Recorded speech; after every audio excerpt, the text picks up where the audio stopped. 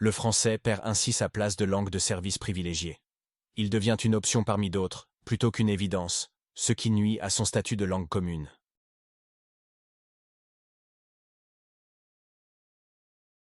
Le français, pilier de notre identité, est aujourd'hui confronté à des défis sans précédent au Québec. Sa vitalité, son rayonnement, et même sa survie sont en jeu. Ce n'est pas une simple question linguistique, mais une question de destin collectif.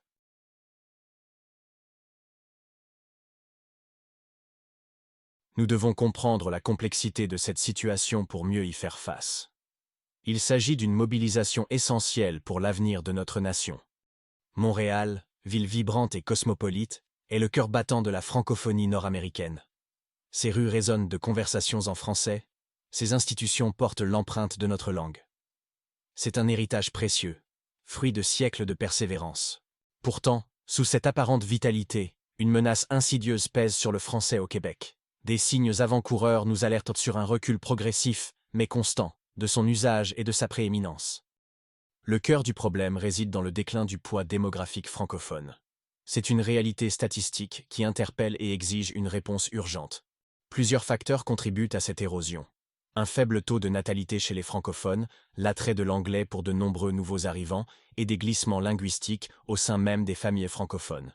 Ces dynamiques affaiblissent notre socle linguistique.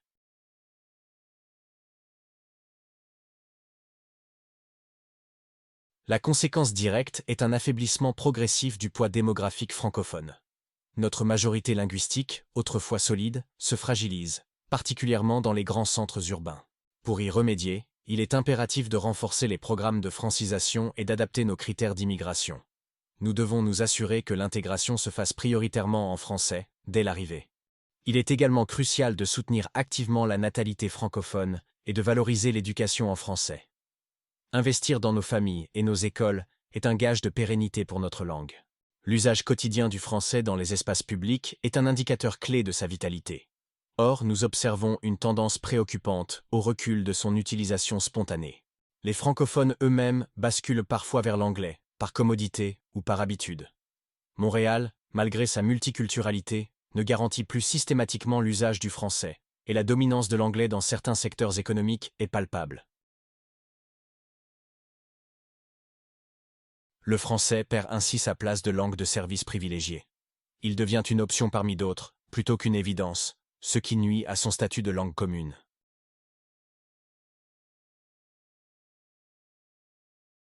Des campagnes de sensibilisation doivent encourager activement la demande de services en français. Il faut également renforcer l'application des règles sur l'affichage et le service en français, pour que notre langue soit visible et audible partout.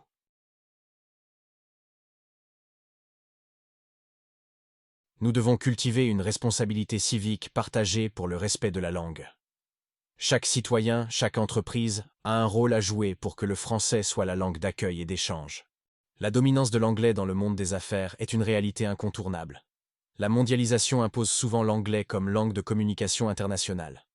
Les interactions commerciales nord-américaines se déroulent majoritairement en anglais. De plus, certains secteurs clés de notre économie sont fortement anglicisés, créant des pressions linguistiques. Cette situation marginalise les unilingues francophones et pousse nos jeunes à prioriser l'anglais. Ils se sentent contraints d'acquérir une maîtrise parfaite de l'anglais pour réussir professionnellement, parfois au détriment du français. Des incitatifs fiscaux doivent être mis en place pour les entreprises qui opèrent majoritairement en français.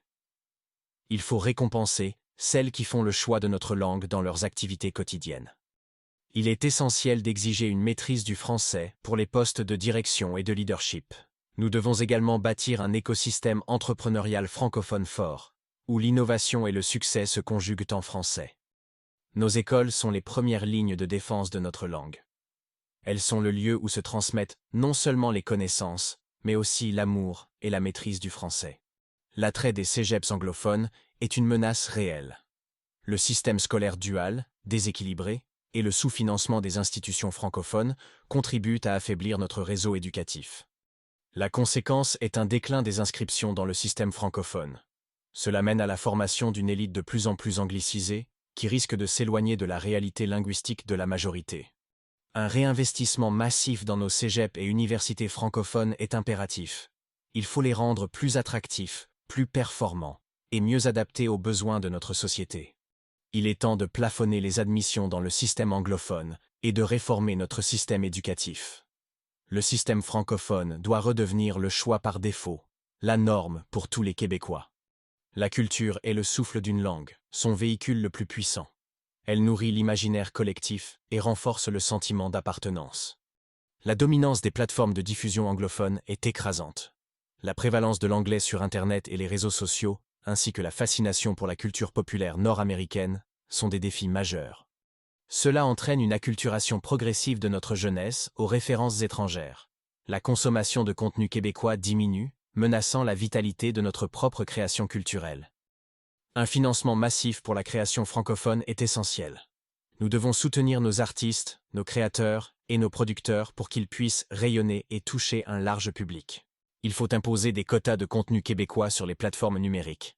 De plus, la promotion de la culture québécoise à l'étranger doit être une priorité pour affirmer notre singularité. Les lois sont les remparts de notre langue, les outils qui garantissent sa protection et sa promotion. Elles sont le reflet de notre volonté collective. La charte de la langue française, bien que fondamentale, vieillit et est érodée par des contestations juridiques. Cela alimente des débats polarisants et révèle parfois une impuissance gouvernementale. La solution réside dans une application rigoureuse de la loi 96. Il faut affirmer sans équivoque le français comme seule langue officielle du Québec et chercher un consensus constitutionnel sur cette question. Nous devons cesser de reculer et de transiger sur ce qui est non négociable. La protection du français est une responsabilité historique et un impératif pour notre avenir. Le déclin du français n'est pas une fatalité inéluctable. C'est un défi que nous pouvons et devons relever, ensemble. C'est un appel à l'action, une mobilisation de chaque instant. Chaque mot prononcé en français, chaque service demandé dans notre langue, chaque œuvre culturelle consommée, est un acte de résistance et de construction. Nous devons restaurer la prééminence du français par son usage actif et quotidien. C'est en le parlant, en le vivant, en le célébrant, que nous lui redonnerons toute sa force et son éclat. L'avenir du français au Québec est entre nos mains. Agissons avec détermination, avec fierté, pour que notre langue continue de résonner, forte et vivante, pour les générations à venir. N'hésitez pas à poser vos questions et à nous donner votre avis dans les commentaires.